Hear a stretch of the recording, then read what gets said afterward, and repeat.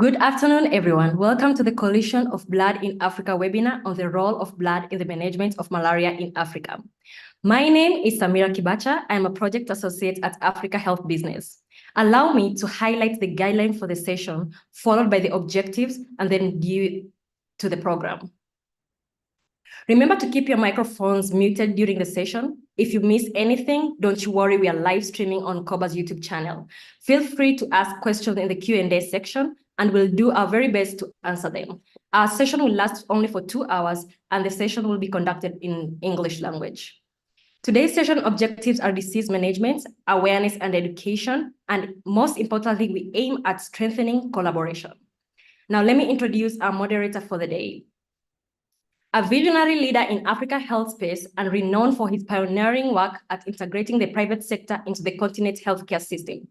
No one else but the executive chairman at Africa Health Business, Dr. Amit Nthaka. Welcome, Dr. Amit. Thank you, Samira, and thank you, everyone. We have a good 2-hour session, and I'm so delighted that I can see people from academia, I see clinicians, I see students, I see people from all over the continent and beyond who've joined us on this webinar. We have a very, very sharp and eminent panel across the continent. We have people joining from Zambia, Ethiopia, there's somebody in Rwanda who's South African, we have Kenyans, we have Ugandans. So it's a very diverse and a totally continental panel that's going to discuss a topic that is very critical to us, which is blood. Like Samira mentioned, the Coalition of Blood for Africa, which is powered by Africa Health Business, is indeed very proud today, ahead of the World Malaria Day, to bring to you this important webinar that will discuss insights and will discuss solutions and potentially keep this conversation going. Africa CDC is going to give us a keynote address which will set the continental strategy and leadership that we've been looking for. Members of the COBA, which is a coalition of Blood for Africa, include Terumo BCT, Roche, B Medical Systems, and Damusasa. These 4 organizations put in place the thrust that we really need to discuss about blood. AFBST and the Global Blood Fund, Ministry of Health Kenya, have also been an integral strategic partner to allow us to move with these blood discussions. Why did we discuss about blood? I think when we talk about malaria, you really can't disconnect the matter of blood and malaria. So on my next slide, as we move, I wanted to talk a little bit about the scourge of malaria. And I mentioned this before. Which one is more deadly, the mosquito or the shark? The deadly shark has killed just over 1,000 people in 100 years. But the mosquito actually kills over 1,000 people just in one day. 50% of the global malaria deaths is accounted for in these 4 countries. And I really want you to see Nigeria, DRC, Uganda, and Mozambique. Of course, there are many other countries who do get hit by the disease malaria. But these 4 countries, we need to have a special focus. And if you look at the numbers, they are really startling high. We haven't really made a difference. 21, 22, how many people have actually died of malaria? Over 600,000 deaths. 240 plus million in Africa. 94% of all malaria cases and 95% of deaths arise from the WHO African region. And children under 5 are most susceptible. And we have a pediatrician with us who's going to give us an experience about how children really suffer the scourge of malaria. I am really delighted that as COBA, we have been able to bring this engagement on malaria and interlinking that with blood in this webinar. So I will briefly just talk about COBA before I bring on the panelists. So on the next slide, I'll tell you what is COBA. COBA has its vision and its mission and its structure organized. It's a relatively new coalition. And partners across Africa are now beginning to come together with a common purpose because we believe collaboration is the new innovation. Many of these institutions are from the private sector. Some of them are from the NGO space, and we also have the public sector institutions that are coming on board. So this coalition is a unique platform of non-state actors that have unified towards adequate, safe, and sustainable blood. Our mission is together saving lives by enabling sustainable access to safe blood in Africa. And we really look forward. Oh, it's an inspiration. It's actually a desire to have zero deaths from lack of blood. Having said that, I think it's now time for me to bring in our keynote speaker. On our next slide, as we move on, I'm really delighted to actually introduce Hannah Emmanuel Tesfahune. She's the Technical Officer, Endemic and Neglected Tropical Disease in Africa, CDC. We all know that this very young institution, who is 7 years old, has done tremendous work in galvanizing continental strategies. During the pandemic, we gave you accolades in saving lives and saving livelihoods. Since then, I've seen so many initiatives led by Africa CDC, such as the vaccine initiative. I've also seen the pharmaceutical manufacturing initiative. I have also looked at the digital health architecture that Africa CDC is leading. I really want to open the floor for Hannah to tell us about Africa CDC's mandate and tell us a little bit about where you see blood in your agenda. The attendees that have come today, the partners that are involved with us, want to work with you as you lead us and spearhead this neglected item of blood, which can save so many lives on our African continent. Ladies and gentlemen, please welcome Hannah to the stage. Hannah, over to you. Thank you for giving us your time. Thank you so much, Dr. Amit, and good afternoon, everyone. Today, I'm here on behalf of Dr. Mohammed Abdulaziz, the Head of Division of Disease Control and Prevention of Africa CDC. And I stand before you today to address a topic of utmost importance, the role of blood in the management of malaria in Africa. As we gather here to commemorate the World Malaria Day, it is very crucial to recognize the significant burden that malaria continues to impose in our continent. And Africa CDC, with its mandate to safeguard the health and safety of its people, is at the forefront supporting its African Union member states in their efforts to combat this devastating disease. As you observed from Dr. Amit's presentation, in 2022, Africa bore the brunt of the global malaria burden, accounting for a staggering 94% of malaria cases and 95% of malaria deaths worldwide. And 4 African countries alone, Nigeria, DRC, Uganda, and Mozambique, contributed to over 50% of the malaria death. This calls for a concerted efforts and strategic interventions to address the challenges faced in managing malaria. Africa CDC recognizes that severe malaria anemia poses a significant threat to the lives of those affected by malaria, particularly children under 5 years old and pregnant women.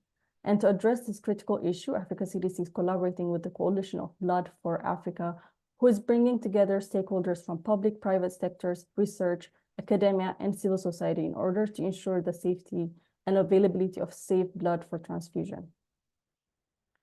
In our latest strategic plan, Africa CDC has introduced high burden disease, has included high burden diseases such as malaria as one of its key priorities. And this strategic plan places emphasis in the strengthening member states and regional health systems to effectively prevent and control these diseases.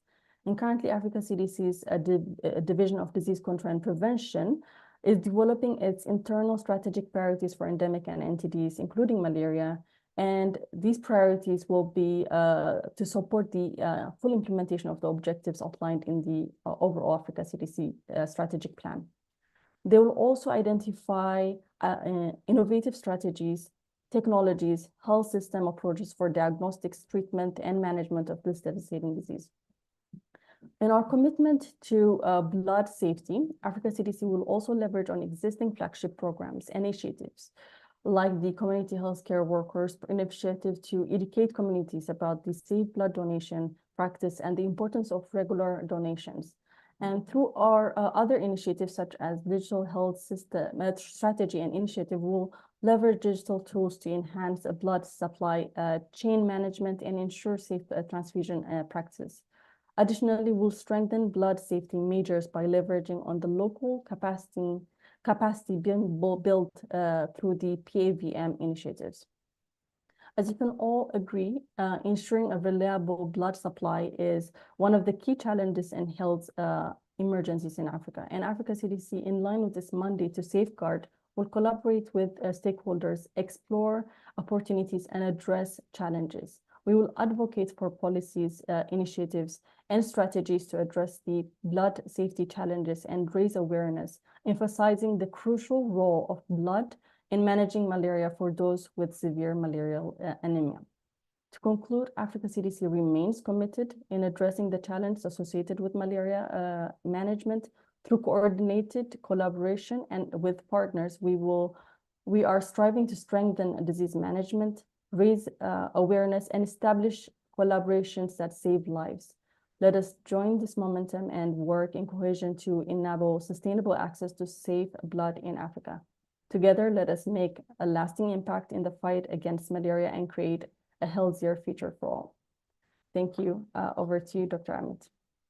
Thank you. Thank you so much. I give you an applause. I give you the real accolade towards making the lasting impact. I'll take your words on that. I'll also appreciate the fact that you're saying Africa CDC remains committed. Africa CDC believes in collaboration. And Africa CDC believes in partnership. In fact, your new public health order really spells out action-oriented, respectful partnerships. And under that pillar, you see many of us present today on this webinar who have been attending and are going to speak, are partners committed to work with you. One key point I do want to talk to you about is the health security and preparedness of the African continent. It's become a key priority, Hannah, for you and your leadership to ensure that should we have emergencies or another pandemic, we are more well prepared. Just tell us in a few words what we should be expecting in the next few years on better preparedness on emergencies from Africa CDC. Thank you so much, Dr. Amit. And I just want to also emphasize one of the very key pillars of Africa CDC's new public health order is respectful, action-oriented partnership. And that is what we are all here to do today. And with regards to the question, yes, one of the support we will be providing is through the strategic priorities that we are developing in very close consultations with our member state experts as well as different partners. We're very cognizant that there are different organizations that have been supporting our member states with the malaria, and we are working very closely with them to ensure that our efforts are not duplicated and they are yeah. Thank you.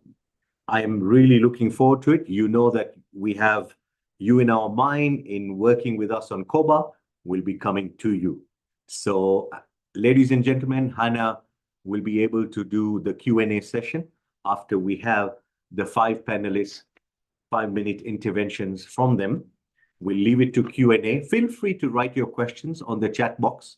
Our team is going to collate these questions, and these questions will be answered at the end by panelists before we do a wrap-up. I'd like to move to our next panelist, who is from Terumo, BCT. Dr. Nathan Mulure has an illustrious career in the healthcare sector. He's the head of government affairs and public policy at Terumo, BCT. I have been engaging with Dr. Mulure in his various capacities in the different industries, including pharma industries that he's been at. Dr. Mulure is also the chairperson of Coalition of Blood for Africa. COBA has found a true leader and a true champion to guide its action, its activities, and its growth. And I would like to invite Dr. Mulure on stage. And first, I'd like Dr. Mulure to tell us what's really the mandate of COBA. And we talked about partnerships. Tell us a little bit about how COBA's partnership will be a model that will lead us to achieving greater heights before we jump into the aspect of malaria. Please welcome Dr. Nathan Mulure on stage. Thank you very much, Dr. Amit. It's a great pleasure to be in this congregation. And thank you for a great organization for this meeting. So I've heard my name is Nathan Mulure. I'm a Puerto Rico. I'm also the chair of COBA and really happy to be in this space in time. And because we believe that COBA is actually an instrument that will help us secure blood in Africa. We all know that blood is quite scarce within our borders, despite the fact that we have a lot of people. If you visit public facilities, hospitals, private sector, there's paucity of blood in many, many situations. I want to change this. So COBA mandate basically will be to work with various partners, various governments, ministries of health, the population at large, to put in place a regular blood donation system that can ensure that the healthcare ecosystem is supplied adequate blood. Not only adequate, but also safe blood. In a nutshell, that is our mandate, and we want to work with all our partners to ensure that this is happening. If you look at statistics in Africa, you really find yourself in a sorry state. Blood was declared as an essential medicines product 41 years ago. Essential means that blood should be available, should be accessible, and should be affordable to the people that need it. All these qualifications of blood are not met today. We know that there are many challenges. There are challenges in the system of collection of blood. There are challenges in the infrastructure of blood in various hospitals and various ministries of health. There's challenge in blood donation. How do we then address these challenges at various levels to ensure that at the end of the day, we'll have adequate blood, we'll have safe blood in the ecosystem of our healthcare system? We want also to put blood as a key piece in health systems strengthening. We've mentioned before that without blood, no matter how good a surgery is, no matter how good a transplant is, if we don't have adequate blood, that patient could die. And all those efforts will come to naught, will come to waste. So really to work with partners to ensure that blood is available, blood is safe, and blood can be given to the patients that need blood. And to be in this space of malaria, I've been working over the last 20 years. I've seen patients who are kept in hospital, they can't be discharged because of lack of blood. This puts a very heavy economic burden on the healthcare system. If blood were available, these patients would be discharged much earlier and they would go home. So let us work together as partners in this industry, partners in this blood space, to ensure that this essential medicinal product is available, is accessible, and can be given to patients when they need it. Thank you. Thank you, Dr. Mulure. You have segued us into a very important topic still on malaria. I would really like your opinion, since you've had great examples and great experience. What is really the unique relation between malaria and sickle cell disease? One is an infectious disease, and yet one is an NCD. In this dual management, in this condition, is it something we should be discussing about? Is it something of a concern for us in Africa? Over to you. Thank you. Again, you bring a very important topic on blood, malaria, and sickle cell disease. I tend to call them the unhappy triad. These three are linked at the hip. If you look at the history of blood and sickle cell disease and malaria in Africa, actually sickle cell disease was ravaging Africa for a very long time. So there happened to be a genetic mutation in the hemoglobin gene that tended to protect patients from getting malaria. It was a survival mechanism. So the patients who are carriers of sickle cell disease are protected from getting malaria. Unfortunately, patients who are sickle cell patients who have the SS type, they tend to suffer severe malaria, and many of them would die before the age of 5. Our data actually tells us that patients, up to 90% of the patients will die before the age of 5. We've got good data in a country like Uganda, and Uganda, they usually get every year about 30,000 sickle cell patients or babies who are born of sickle cell disease. And within 5 years, 27,000 of these patients are projected to die. That's 90%. And it's a very huge scourge on the healthcare system in countries like Uganda and also all over Africa, because sickle cell disease is the most common genetic disease in the world. And over 90% of these patients are found in Africa because of the reasons that I spoke about briefly. So there's a very close linkage between these two. Unfortunately, those patients that have sickle cell disease also live in malaria endemic areas. And so they're exposed to malaria very many times. And unfortunately, these patients are not even diagnosed of sickle cell disease. They go to the hospital, they're treated for pneumonia, they're treated for malaria, they're treated for bacterial infection, they're treated for anemia many times, even over the first 2, 3, 4 years. And sometimes our doctors and healthcare workers don't have that acumen to think about sickle cell disease. So they keep on pumping these antibiotics and antimalarials to these children. And a vast majority will die without diagnosis of sickle cell disease. So we want to work with various stakeholders at many levels, starting with doctors, patient groups, caregivers, and they should have this instinct or this eye to think of malaria or to think of sickle cell disease. If you diagnose sickle cell disease early and put these patients on treatment, then they tend to live a long life. In the US, for example, patients live to 60, 70, 80 years. 95% of them attain adulthood.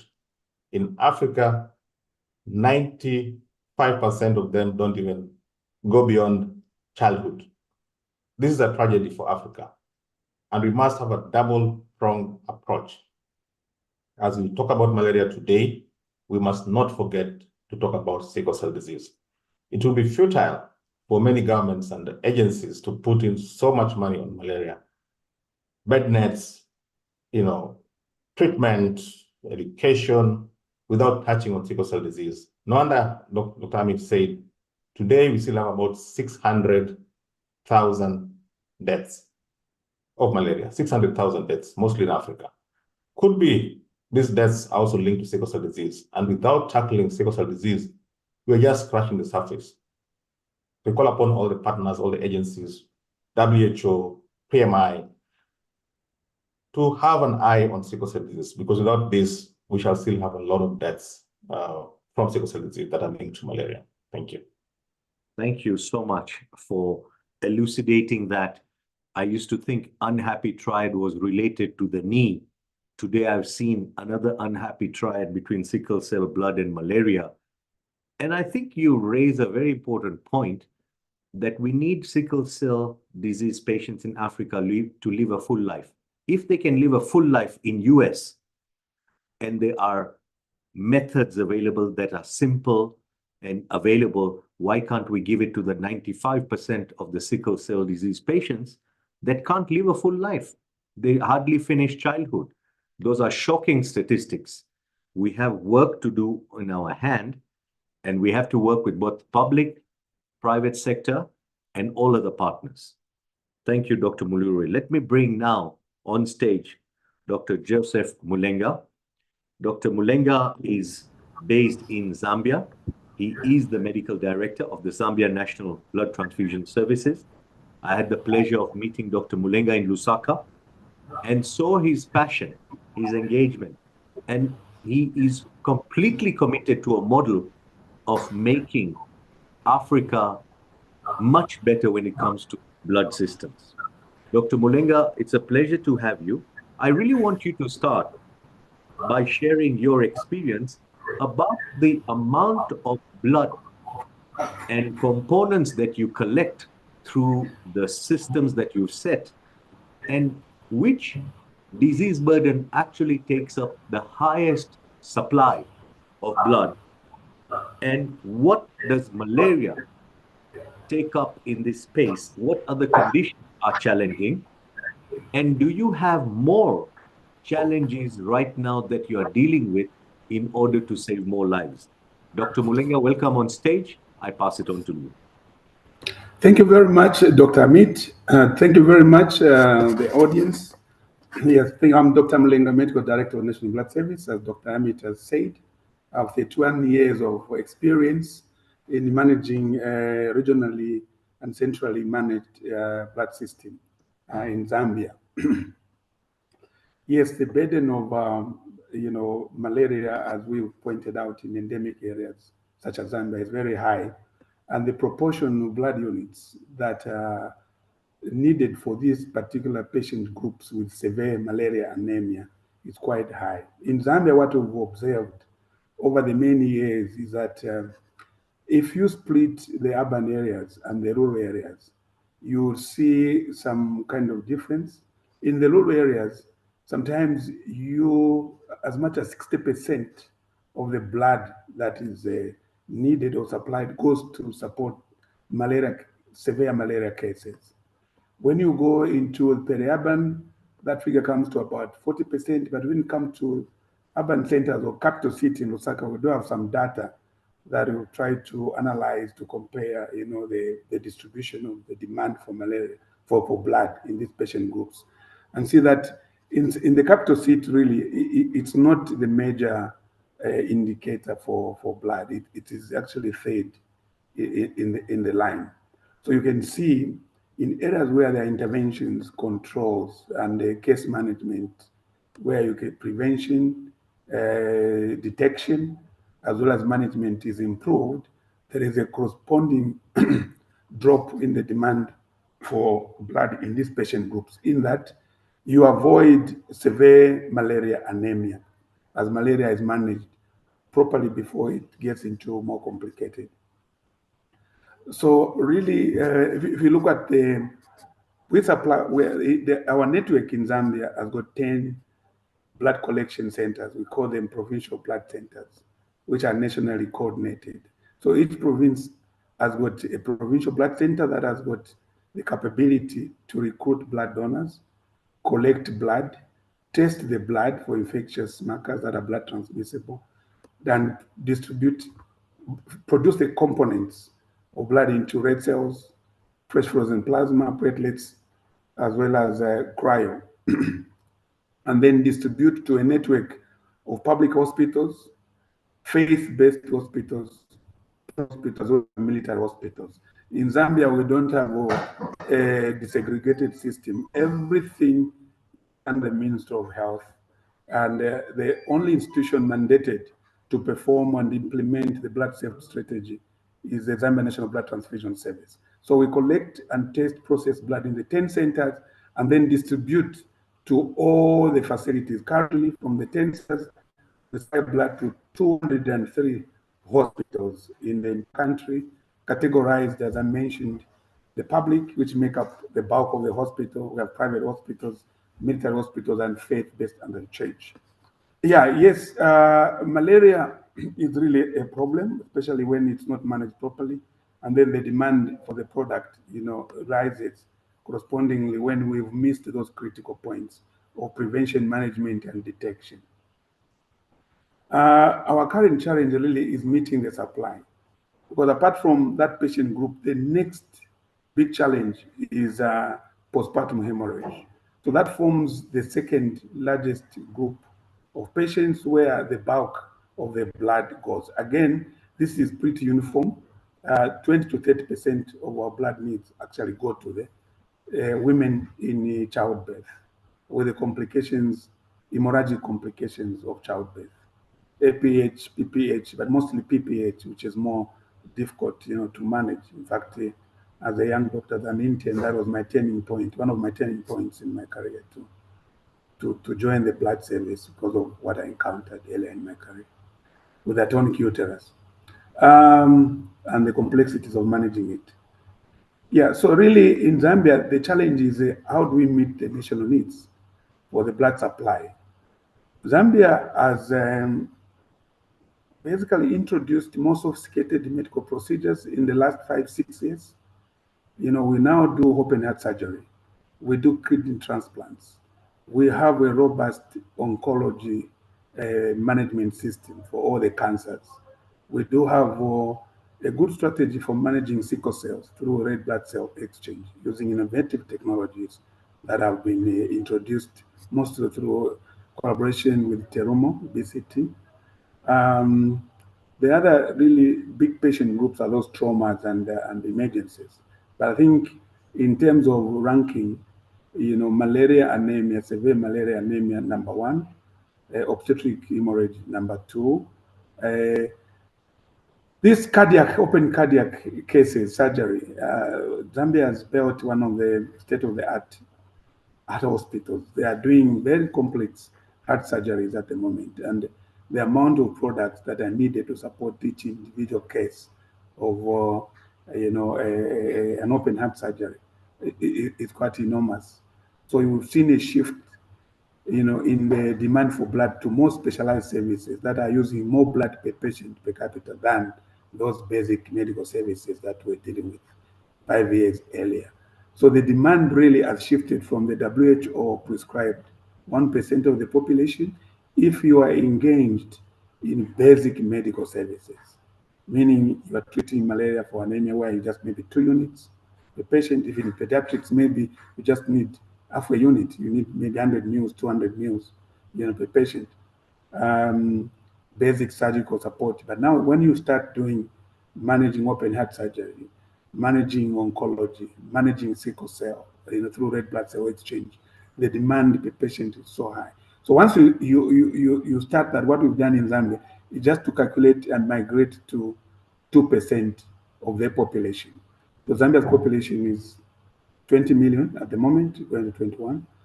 So the target would have been 200,000 if we were doing just basic medical services. We had been grappling, but slowly getting towards that target over the years. 5 years ago, I think we went as far as 130,000 units towards meeting that goal. But things changed when these specialized services were introduced, such that now we have changed our goal to 2% of the 20 million population. So our current target of annual blood collection is 400,000 units of blood. Where are we? On that, the gap is up to 2023, where we collected 130,000 units. So you can imagine the gap. So for 2024, we intend to collect 260,000 units of blood, which is almost double what we collected last year. That's the strategy we're embarking on this year. And by 2026, we hope to meet that target of 400,000 units of blood. There's some significant investment that has been put in the blood service in Zambia. In Zambia, blood transfusion is taken as a presidential priority. In fact, it's been pronounced by the president that he's got 2 priorities in quality health care. 1 is reduction in maternal mortality. 2 is the support to the blood service as a means to reduce maternal mortality. So we have the attention of the Republican president, who is committed to ensuring that Zambia meets its goal of ensuring a sustainable, safe, and adequate blood system, by 2026, by making sure that we've reached our target of 400,000 units. What is our strategy for donor mobilization? What we've set out this year is to craft a strategy, a communication strategy that we hope will reach 250,000 people in terms of messaging, using all different platforms to reach the entire Zambian population. If we can get the messages across to 250,000 people, we intend to retain 200,000 of those 250,000. And if we can convince them to donate twice per annum in the period that follows between now and 2026, then we can reach our goal of getting our 400,000 target. So what is the investment we are working on? Firstly, is strengthening and making sure looking for appropriate partners for the donor mobilization campaign to get these 250,000 people with messages that appeal to them, appeal to their conscience, proper package that they are aware. Because one of the problems I think over the years that we realize is that whereas people might be willing to donate blood, some people sometimes just say, "I've never been asked. You never told me. I don't know. I've never been asked." And if you ask yourself, it's true, because as we know, blood is a non-for-profit making activity. It is not underpinned by vigorous commercial marketing sales strategies as would big corporates, that are profit making. Just by its very nature, that the blood and products that we produce are a public good which should be given to all without discrimination, irrespective of their status in society, whether they are poor, whether they're young, old, whether they are black, yellow. It should be reached by all who deserve, because it's a life-saving intervention. As we know, blood is a supportive therapy. It contributes, in our understanding, to the restoration of health. That's what blood does. But the problem is, if it is not given timely when it is needed, the outcomes are fatal. Death occurs. And that's what makes it very, very sensitive. But also its source are human beings. I mean, science up to now has eluded us. We do not have a clear substitute for blood. So if you bring in all those challenges, really, it's very important that there is participation, firstly by government. I think government is number one. That's how we take it in Zambia. Why? Because it's a security issue. A country that it does not a safe and adequate blood supply, it's insecure. We don't want to anticipate that the war will break out or calamities will happen, earthquakes and all that. But if a country is not sufficient, not self-sufficient, it's really very, very difficult to say you are safe as a country from a security perspective. And who is responsible for ensuring the security of a country? It's a government. So the government should take center stage, in our view. That is exactly how we view it in Zambia. And that is why, we've always emphasized that the blood services are under the supervision and direct control of the Ministry of Health. Super. Thank you, Dr. Mulenga, for that comprehensive experience share. What I heard you say is you have a target of 400,000 units by 2026. You are at 130,000 at the moment, and Yes. slowly you're going to reach towards that through many initiatives.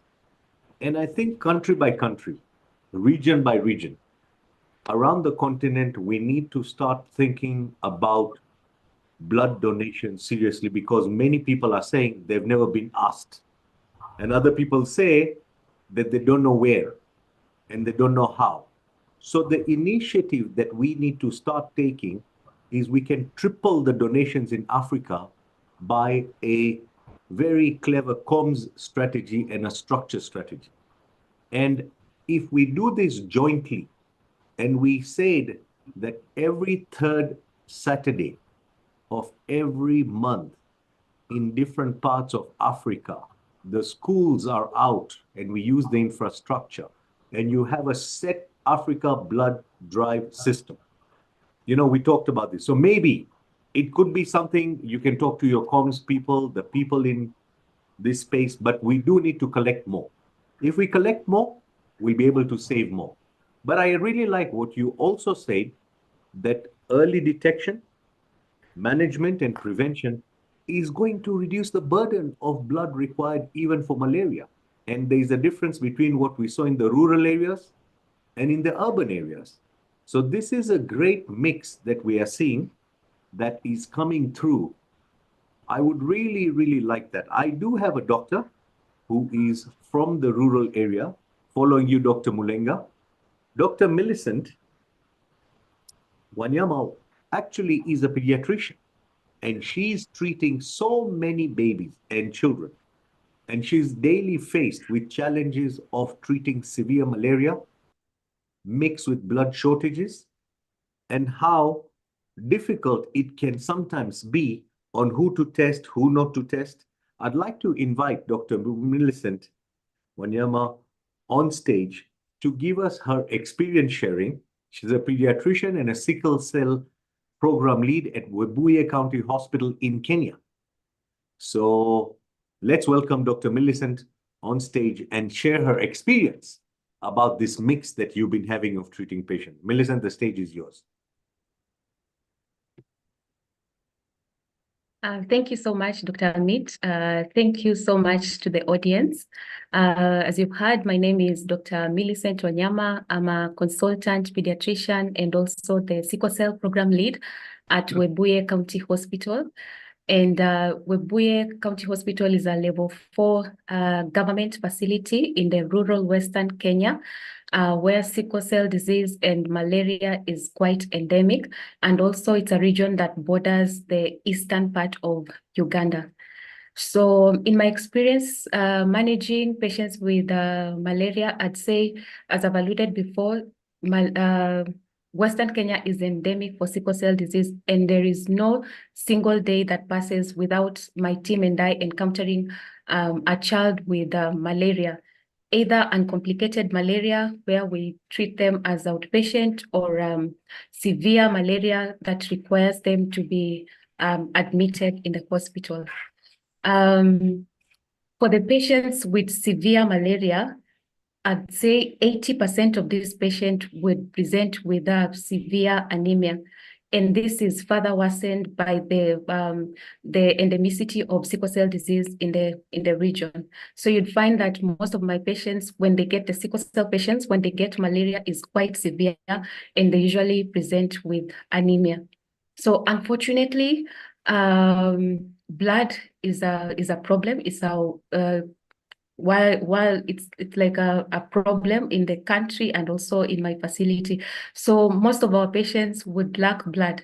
Sometimes we'll call in the regional blood banks or even the satellite blood banks around, and we are told there is no blood. And so I guess in point, you have a child with sickle cell disease, severe anemia that requires transfusion, but unfortunately there is no blood. So most of the time we lose patients because of this. And in some circumstances, healthcare workers have actually had to donate blood to save patients' lives. So the situation is quite dire in my region. Wow. Wow. We can just imagine how the situation is.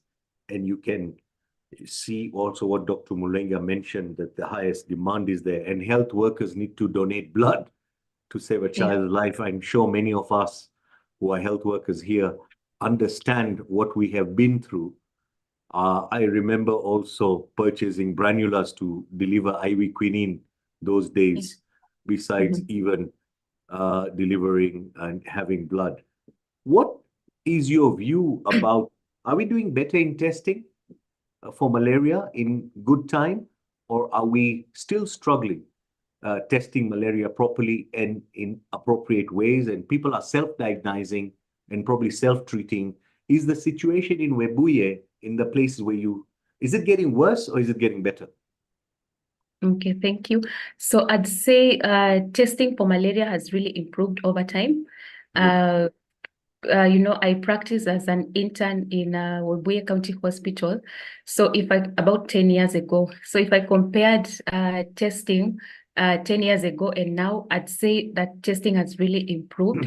We are doing a lot of testing for malaria before starting patients on antimalarials.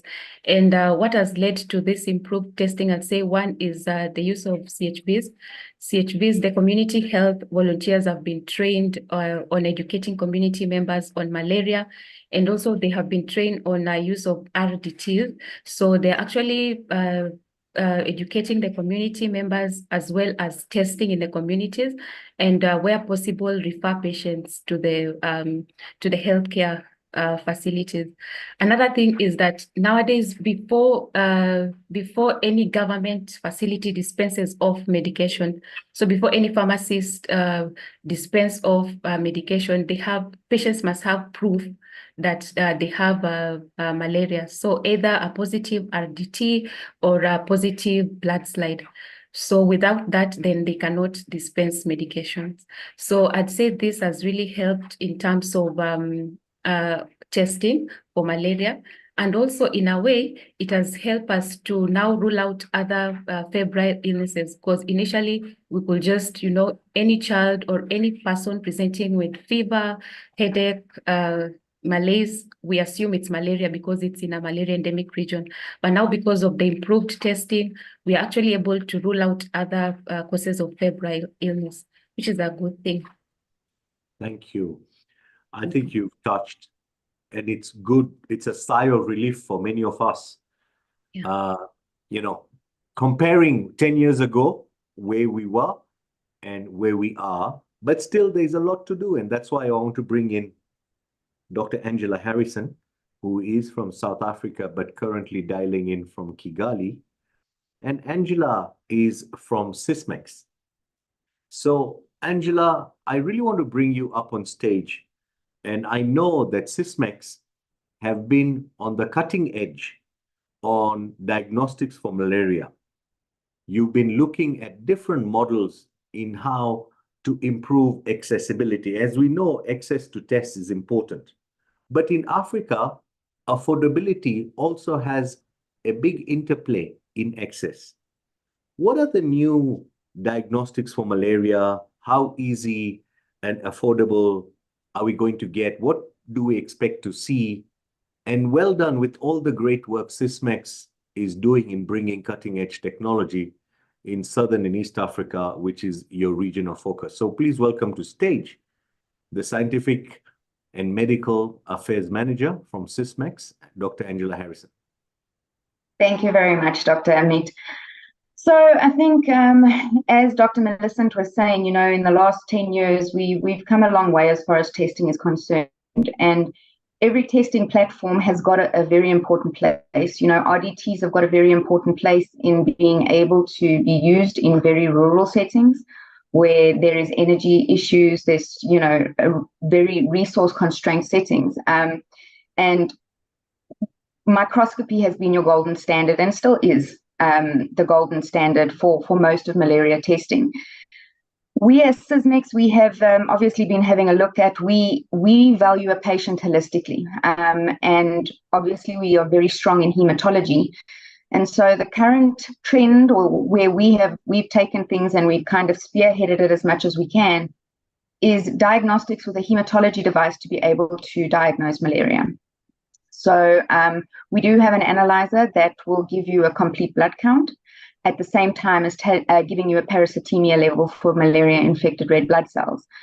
So the importance for us when we're talking about having your CBC present at the same time as being able to get a malaria positive or negative is you're able to have those red blood cells indices. So you can see the anemia potential of the patient, but also platelets with thrombocytopenia that's very common with malaria. And having that availability, you're able to get treatment to the patient as soon as possible hopefully without getting to the point where they require blood transfusion, because as we know, blood supply is it's not where it needs to be in the continent.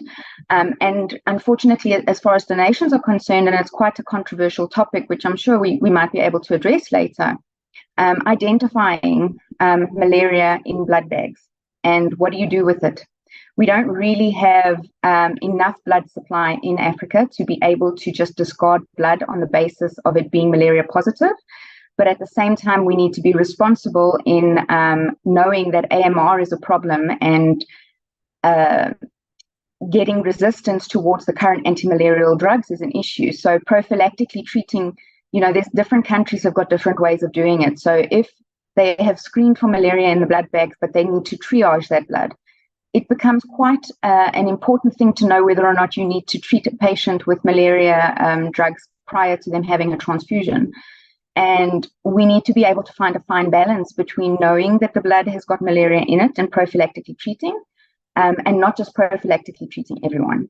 So luckily, our analyzer is extremely sensitive. It's not as sensitive as PCR, but I mean, we look at PCR, it's a very expensive way of testing. And yes, without fail, it's going to be your most sensitive. But our analyzer comes in just below that as far as detection limit is concerned. And something that we're very passionate about, obviously, is maternal health care and babies or children under 5. We've had quite a few studies where we are starting to see extreme parasitemia levels in children under 5, but they're completely asymptomatic. This was something we saw in Homa Bay in Kenya, where we were running blood samples. The children were completely asymptomatic, but their parasitemia levels were insane. And unfortunately, those were the children that were going to require blood transfusions because of the level of parasitemia. So our aim is to be able to detect malaria as soon as possible in very low concentrations so that we can preempt and start treating the patient before it gets to the point of actually requiring a blood transfusion. And that's where we're going at the moment. And obviously, we're increasing our capabilities, and we're doing as much as we can to make it available, even in the smaller rural settings. Excellent. You touched on some very important parts. You talked about under 5, this amazing Homa Bay study and maternal health. But you also talked about the gold standard being microscopy. And what is the role of AI in malaria? Is this something that we are going to enter into quite easily? And how much of it are we already doing? So I think there's a lot of people right now. Obviously, AI is something that's coming. And especially in some of the more Western areas, there's a lot of research that's being done on it, training automated microscopes to be able to identify different parasites that are born within the blood, different oncologies, even finding sickle cell patients, you name it, that they're starting to do it. And AI is definitely something that most companies are looking into to be able to do it. There's a little bit of back and forth as far as FDA clearance is concerned when we're talking about AI and computer learning for microscopy. I think it's definitely coming, but how soon is another question. I have seen some situations where we are starting to see analyzers that are able to do it on the digital microscopy. Again, this becomes a bit of an expensive sort of method because you do require the digital microscopes to be able to do that. So it becomes quite expensive in that sense. Luckily for us, our technology is not that expensive when it comes to costs per test for the individuals. But I think AI is coming, and I think it's something that all companies, doctors, hospitals, clinicians, they need to be aware of the fact that it is coming, and one day we will get there. How soon? I can't say, and hopefully the African continent will be up to date and keeping up to date with what's happening in the Western world. I think that sometimes we're a neglected continent, and it is our responsibility to make sure that we are still getting the cutting edge technologies as they come into the countries. I agree with you. It's coming. It's unstoppable. Let's hope in our lifetime we'll see more AIs helping more people, saving more lives, and making people live longer. We just need to get data, and we start getting these digital microscope films, data. And I think the more we feed into the system, the greater the generation will be living. Thank you so much, Angela, for dialing in. I think it brings us very nicely to yet another partner of ours, Roche, who has been front and central of discussing the coalition of Blood for Africa. Your involvement and your partnership is absolutely appreciated. Not only what you do in blood, but what you do globally as Roche. And a little bit more discussion today will be around diagnostics. Dr. Harry Mapesi, who is the medical lead for Pan-Africa Infectious Disease from Roche Diagnostics, is with us. I think Harry might be dialing in from Uganda, but he'll tell us where he's dialing in from. Or Tanzania, I hear, is his home country. But I would like to invite Harry on stage. And Harry, let me begin the floor discussion that your website says an undiagnosed infection is an untreated one. It couldn't be further from the truth on the topic we're discussing today.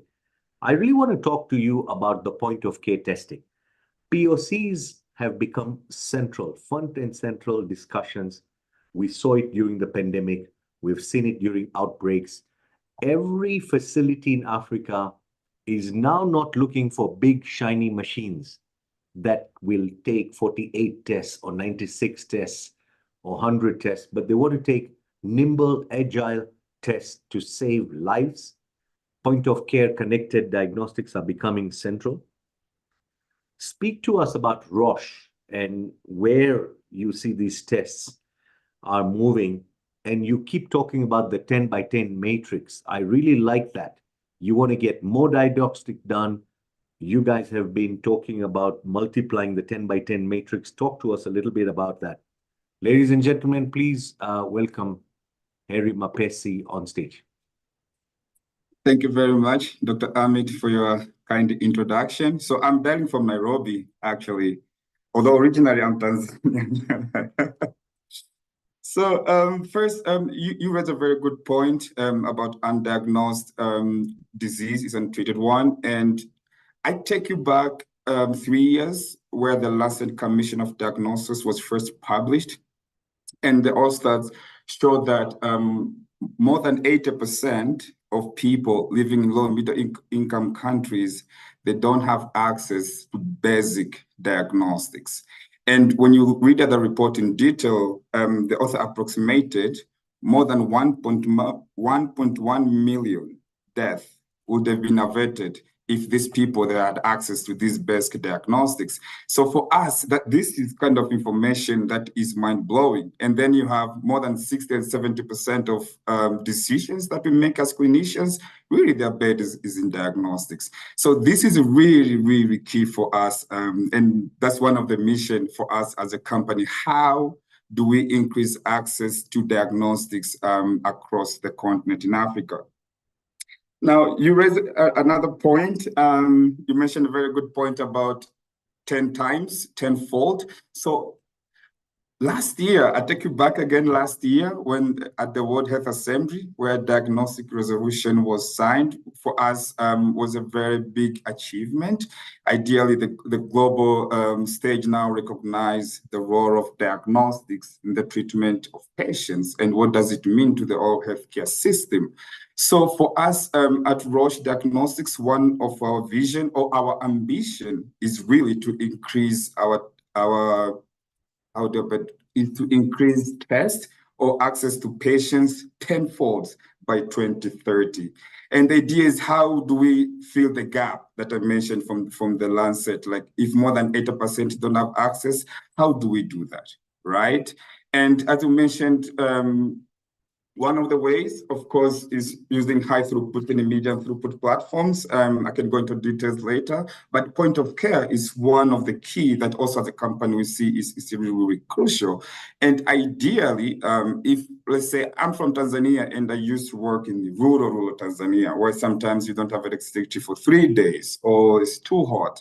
And sometimes you have these instruments and they come there and they won't work because of the temperature condition or the humid, you know. So for us, one of the vision is as a company is how do we bring this near patient or point of care testing, new and innovative tests which are more robust to this peripheral area, really to increase access to this kind of diagnostics, specifically molecular diagnostics in the rural area. Although in some other disease, we already have those kind of solutions that we have, but one of the place that now we are focusing as well is really how do we bring this kind of molecular testing in the rural, low and middle income countries, basically.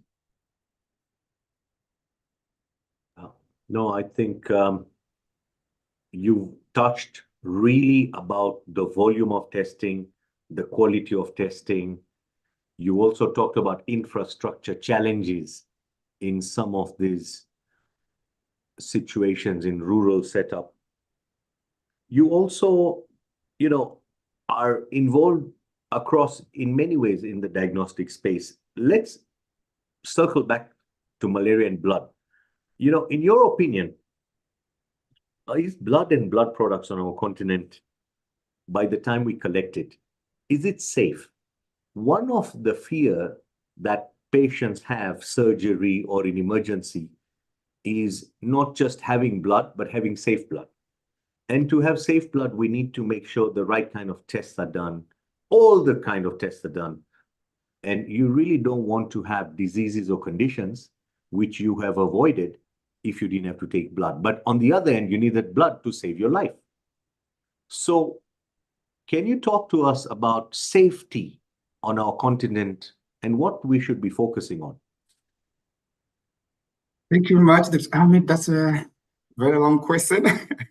So, it's a very broad topic, right? And one of the things that we see, I'm a physician, right? So I really want my patient to receive the safest blood they can get.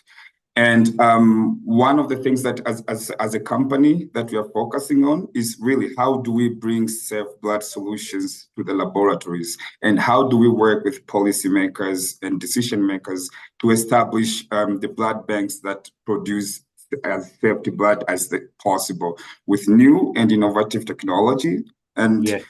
I give you an example. I was just recently in Uganda. And ideally, we've been working there with Uganda Blood Transfusion Services, really. And this is not only in Uganda, because we have other countries that you're working on. And the idea is quite complicated because you have serology testing, you have NAT testing. So some countries will come and how do we work together to see how they can complement each other, for example, these tests, which are more sensitive, right? So how do we make sure that as a private, and we work with the public sector and really look at, okay, in your algorithm, what would make sense? How do we make blood as safe as possible for the recipients? Yeah. It's also on the chat. Somebody has asked Shia on how can technology be used. And, as we move to the Q&A, which I will ask the panelists to answer just in a few minutes, we take the test to the blood. Is there a possibility to take blood to the test? So rather than testing different things on blood, what if there was technology or some equipment where you could put the drops of blood and it picks all the sensitive pathogens or abnormalities, and it gives you a report that did you know that the following. So I'm just trying to think of multiple tests through a system that gives it a minimal viable product. You need to reach the MVP before the blood is transfused in a quick way. So this is just wishful thinking that I'm putting up to you, Harry. Do you have a comment on it? Or before I feel the questions that I've said? No, I think you said it pretty well. And I think, yeah, even for us, that's, like you said, it's an MVP, and that's what something also we wish, and hopefully we will succeed soon. Looking forward to that. I would like to invite all the panelists back on stage. If you can put on your cameras and come over. There's some very interesting questions which I want to distribute and see your responses or suggestions and discussions. Let me start with Hannah. Are you with us, Hannah?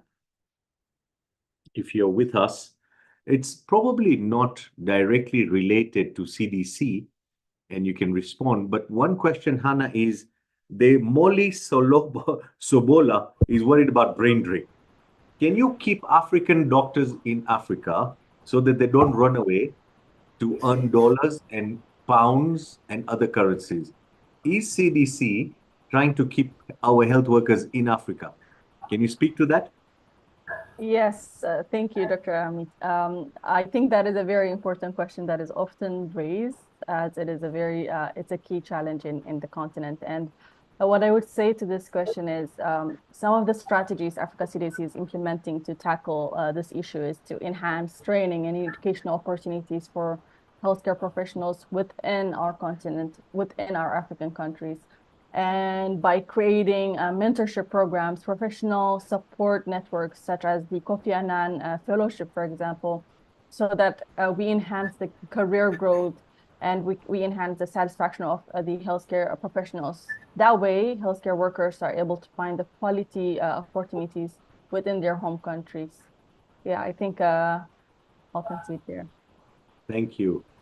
Dr. Mulenga, there are two questions. One is from Nelson Washira, and another one is from Beatrice Lungai.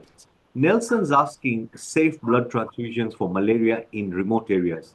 Are there some interesting and innovations to enhance access and availability?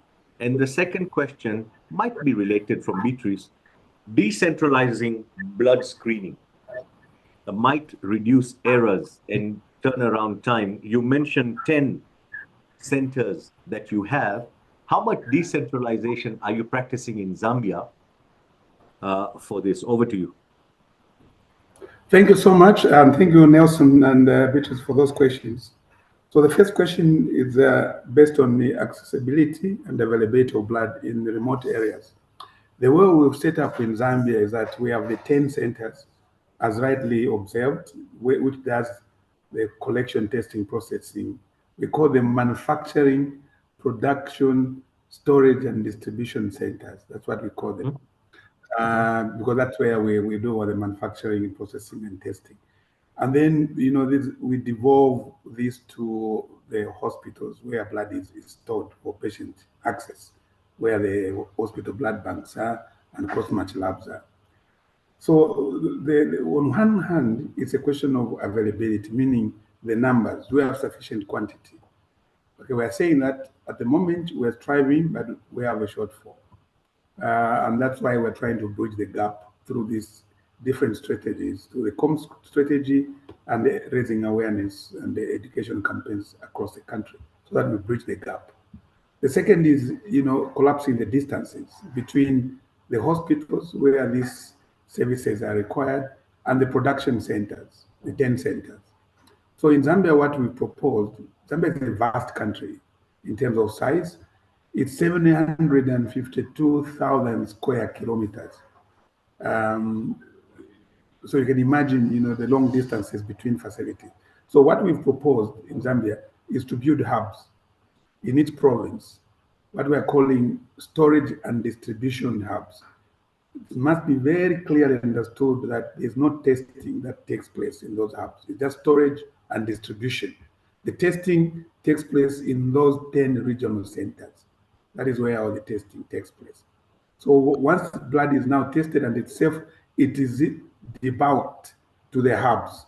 And what we've done in Zambia is to identify 2 hubs per province, such that in the end, we will have 3 access points in the province for blood products. 2 hubs plus a very facility where the production takes place, because it also does the storage and distribution.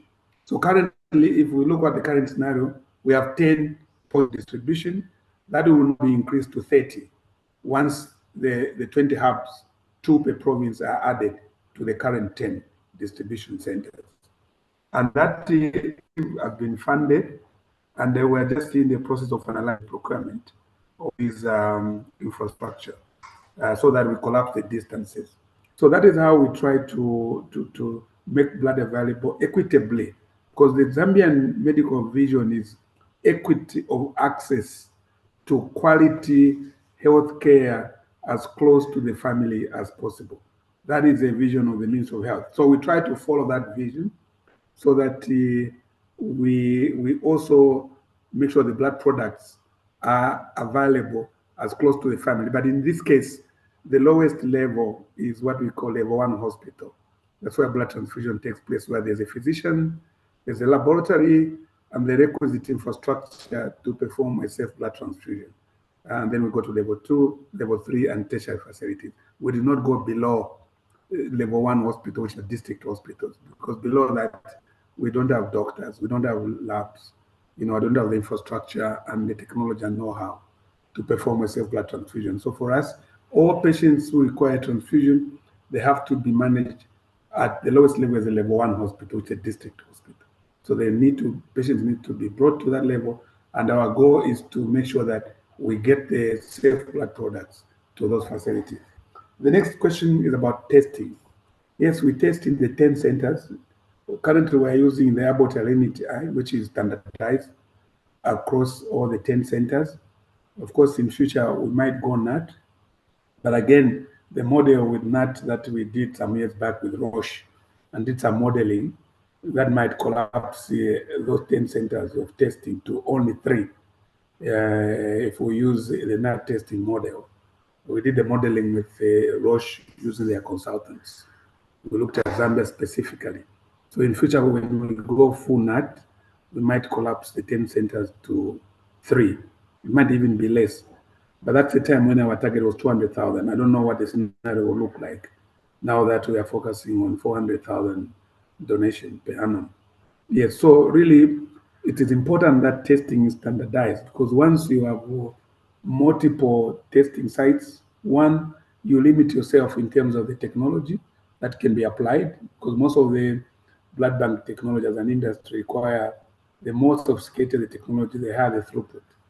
Alinity now does over 300 tests in a run. It was an improvement from the Architect, that the predecessor to the Alinity. The Architect was doing about 60 tests per run, now at 5 times more. That way, our capability to process and, through this more enhanced capabilities, is much more. And we're going into full blood automation using the Revios, which we are rolling out throughout the country so that we can start producing, blood components and make 100% component production. That's our goal for Zambia. And again, you cannot deploy the Revios beyond the major production facilities.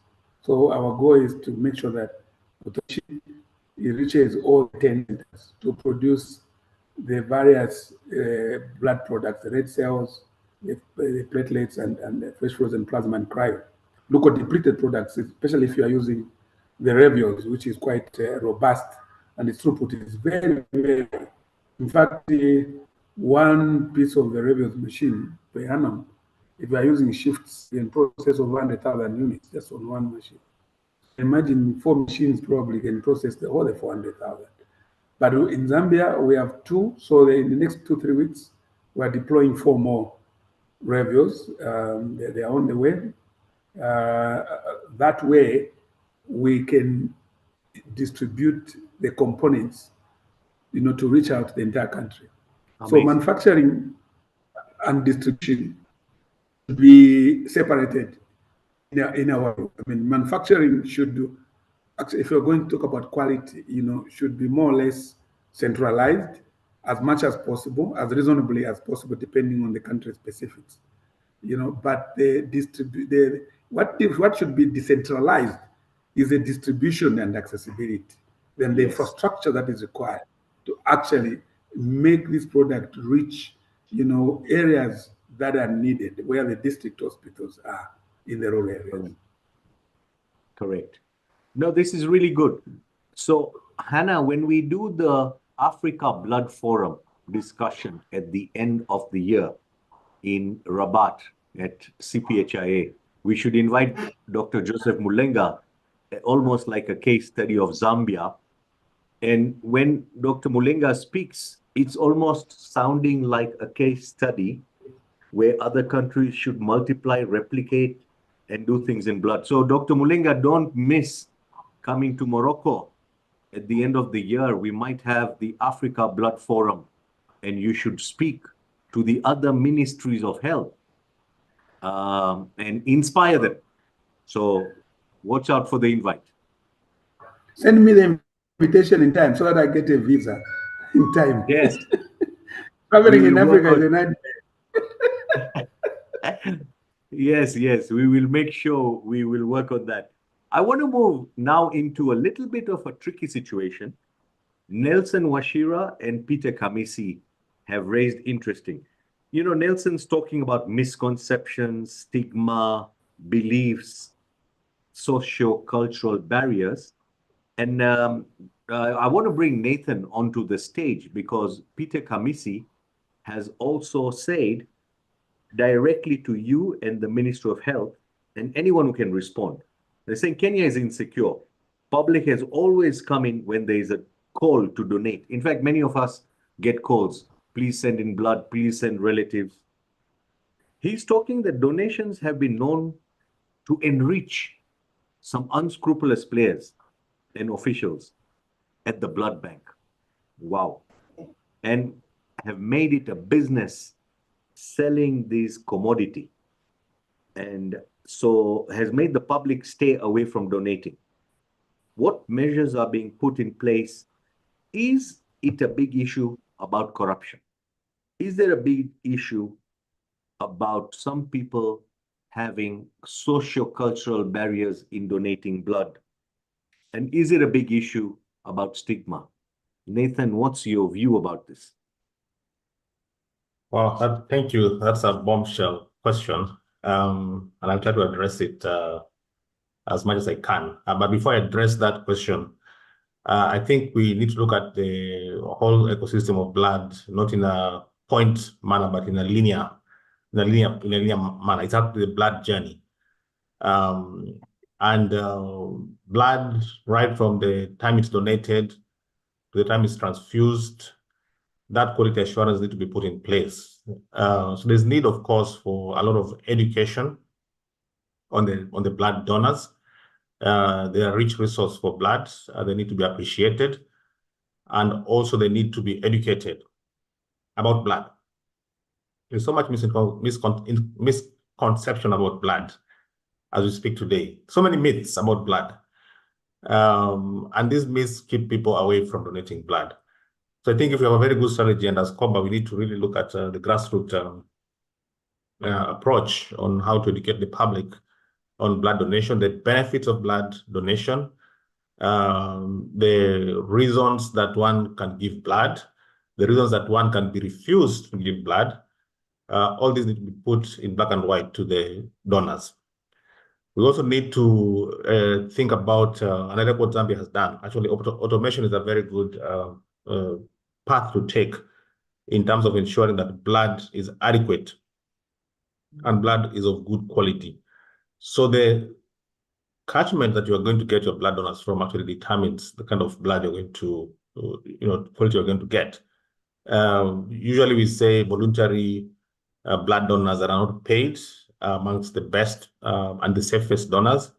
The ones that are paid or coming from family who are coerced because it's a close patient who is in need of blood, they tend to have less safe blood, especially from those that are paid in countries where it's paid. So we need to really encourage people to, become voluntary blood donors to enrich that pool of donors that will be able to give blood. Testing also is very, very important. I know many centers are doing the 4 tests, the 4 TTIs. And unfortunately, some countries don't even have the equipment. So I've heard of countries where they're doing rapid diagnostic tests before they give blood transfusion, and that is not the best test to do. So you need to really have the immunoassay testing and even NAT testing for those that can afford to help us bring quality blood to the populations. Also, for us to ensure blood is adequate, we need now to stop thinking about whole blood donation and think about components. If a patient needs platelets, let them have platelets. If a patient needs plasma, let them have plasma. If they need white blood cells or RBCs, then that, I think, would really help in terms of increasing access to blood and blood products. You know that donors want to give plasma, for example, can actually do it 2 or 3 times a week. So they can give the plasma more regularly. Some just can also give RBCs. So instead of getting the whole blood, use machines that can actually extract the RBCs, red blood cell exchange. So these need to be put in place to ensure that there's automation, there is increase in terms of quality blood, and that can help reduce the discard rate. Again, if you have a lot of blood that is not well processed, there's contamination, it ends up being destroyed, and that affects the environment. To destroy plasma or to destroy red blood cells that have been collected from a patient into the environment, again, is another whole game plan that affects ESG. So I'd like us to look at blood, not as a pinpoint, but really the whole blood journey, from the community to the testing site, to the donation, to the transfusion. All that is one continuum that will not be looked at from different angles, but as a whole, belt of our supply chain for the blood. So that is quite important for us to think of it in that holistic manner. In terms of corruption in the blood segment, again, it's a difficult question. We've read about this in the press. I have not come across a typical case, apart from what I've read in the press in the past. But I tend to think that if we can increase the level of education for the blood donors, for the community, we're going to reduce some of these myths that are so much preventing people from donating blood. So we need good information sources, maybe a website from the Blood Donor Service, Ministry of Health, to really educate the public about blood donation. And that would kill a lot of myths that stop people from donating blood in our ecosystem. Thank you. Thank you. Thank you.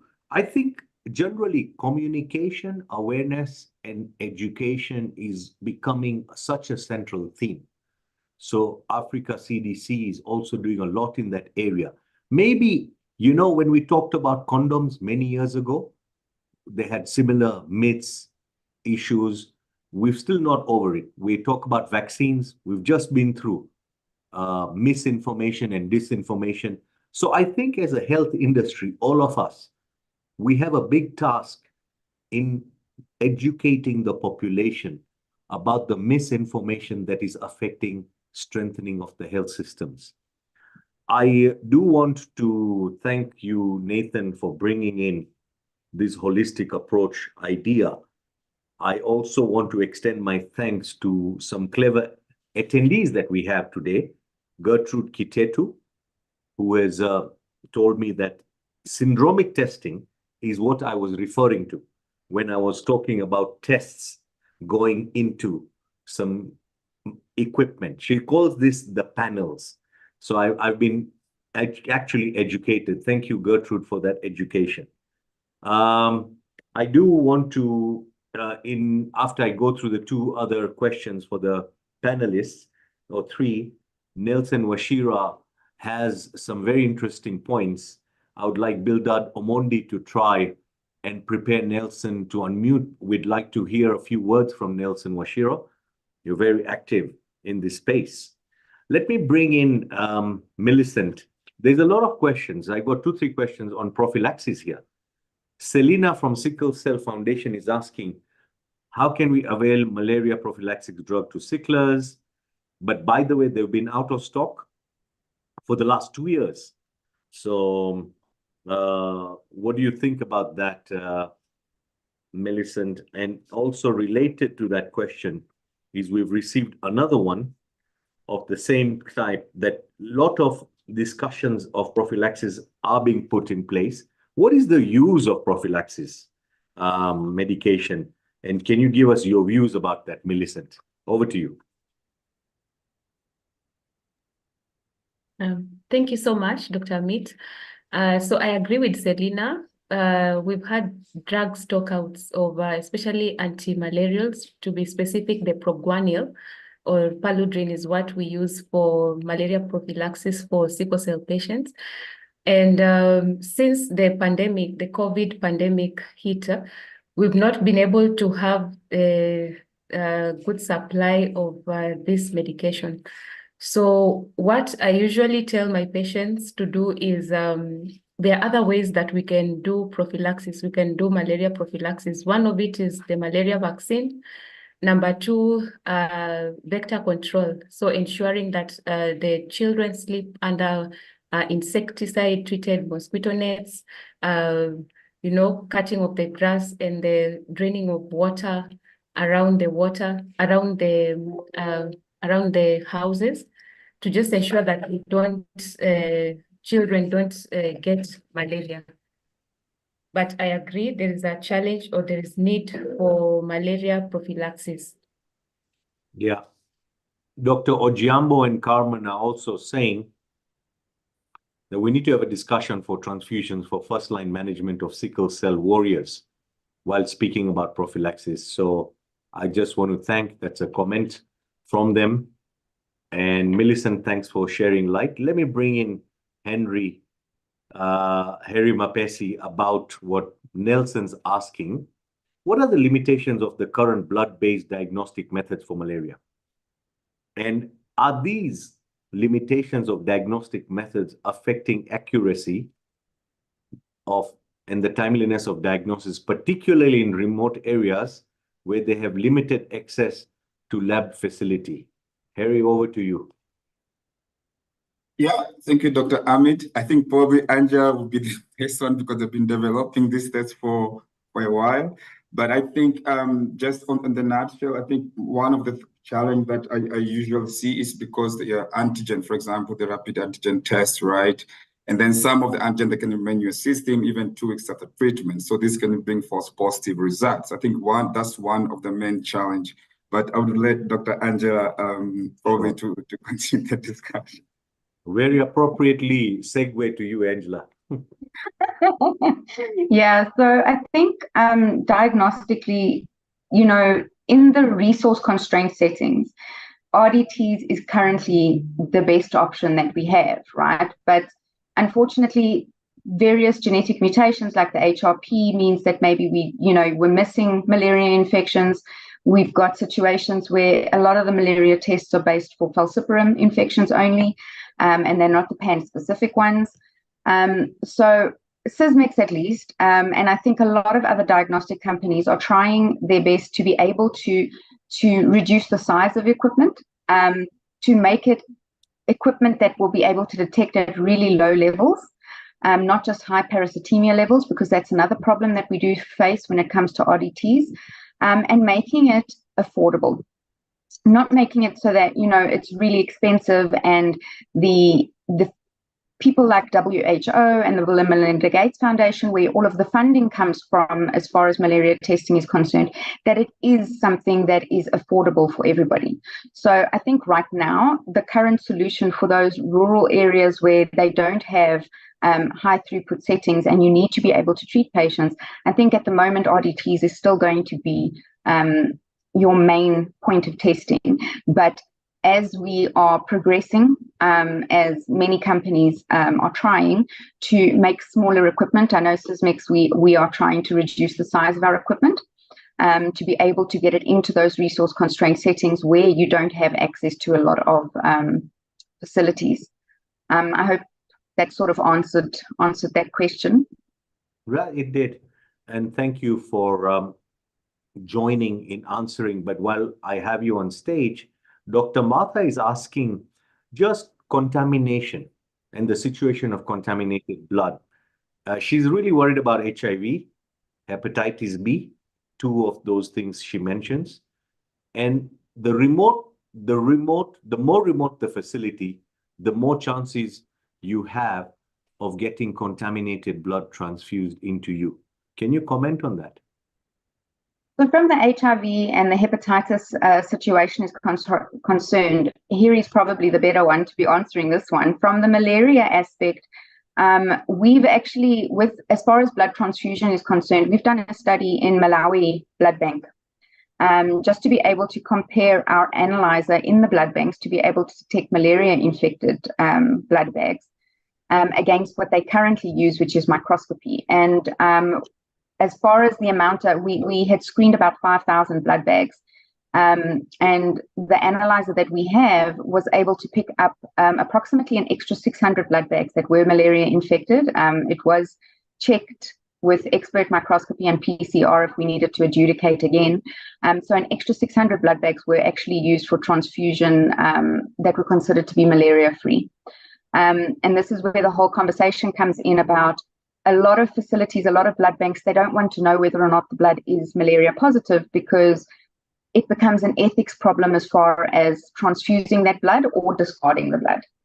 Right. And from our perspective anyway, or for the ideal search of circumstance that we're looking at, we want to be able to say, it's better for you to know that the blood bag has got malaria in it, and then you can triage that blood, right? So we're not saying to discard it because we don't have the blood supply to just completely discard, but you would then be able to say, we are going to give you a malaria-infected blood bag, but we're going to prophylactically treat you, but not to prophylactically treat everybody that is receiving a blood transfusion, because then you're going to start getting antiparasitic resistance, which we also are having a problem with. And, you know, as has been raised already, there is some prophylactic treatments that have been out of stock for quite some time.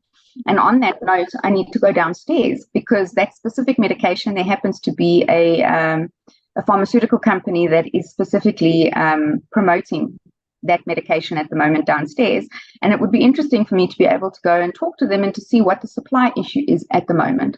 Why is that drug not getting to the regions that need it for sickle cell patients for prophylactic treatment?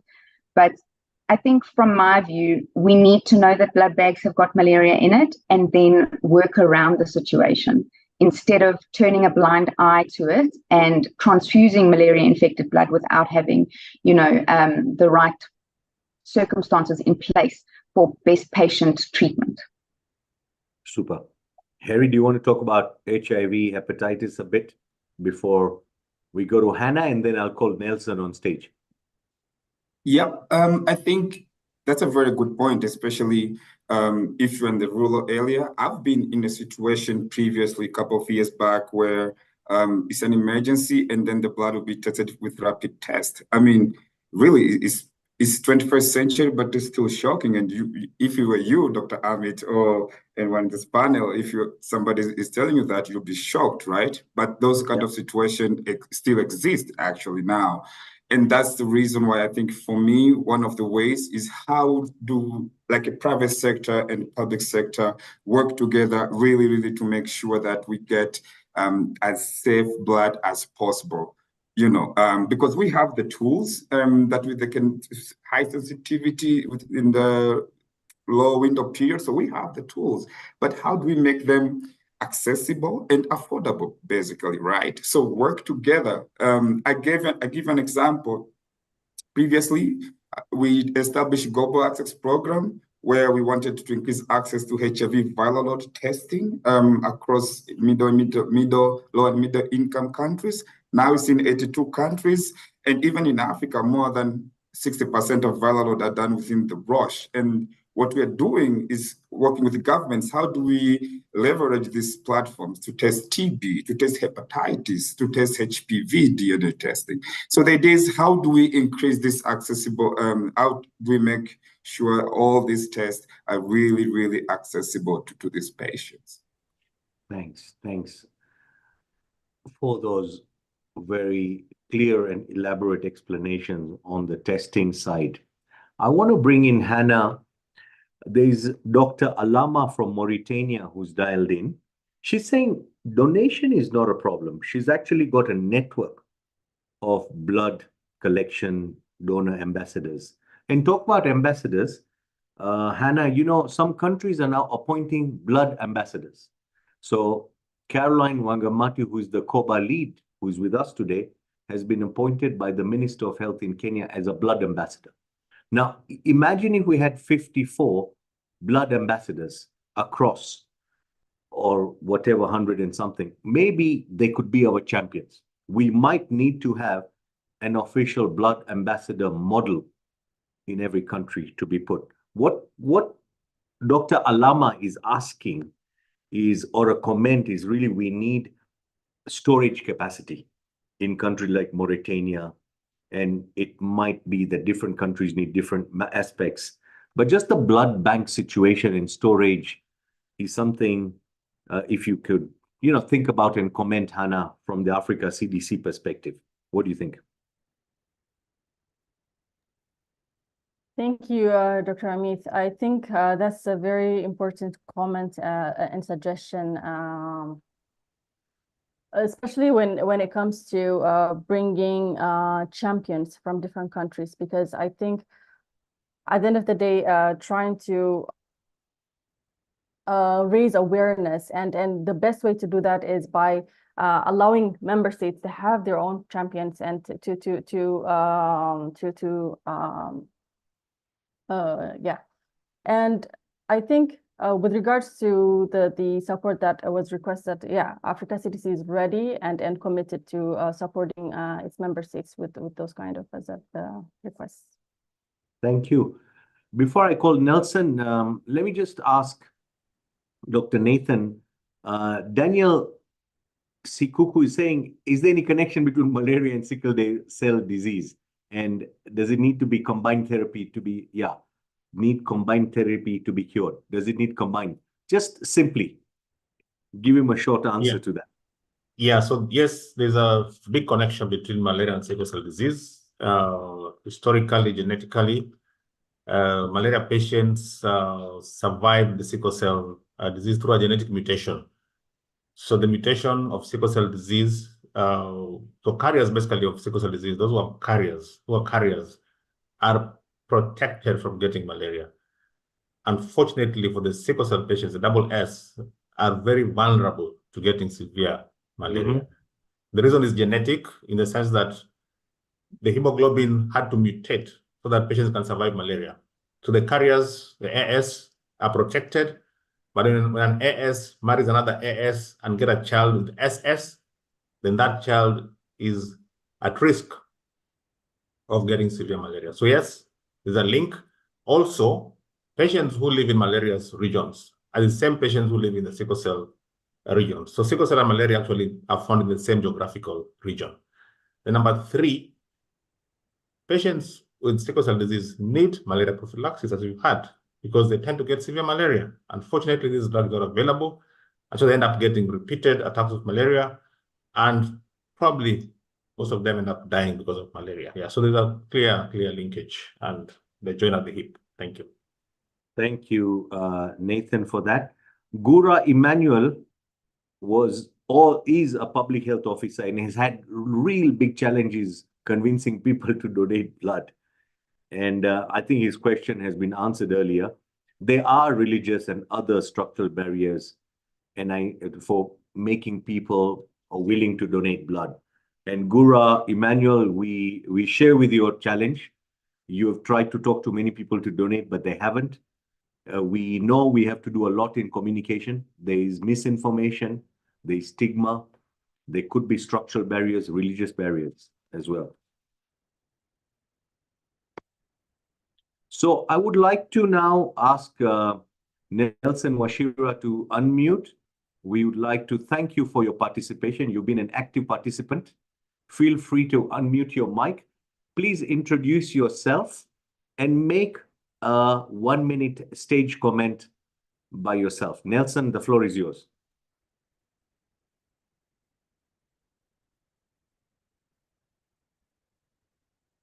I know you've unmuted, but I don't think we can hear you. Nelson, are you there? Amit, can you hear me? Now it's clear. Go ahead, Nelson. Okay, perfect. Now, my name is Nelson Washira. I'm a final year undergraduate at KISS University, pursuing BSc Microbiology. I have strong interest in public health, MR, and global health. Now, this forum, I think this is one of the best webinars I've joined today. Today I had 3 webinars on matters malaria-free Africa.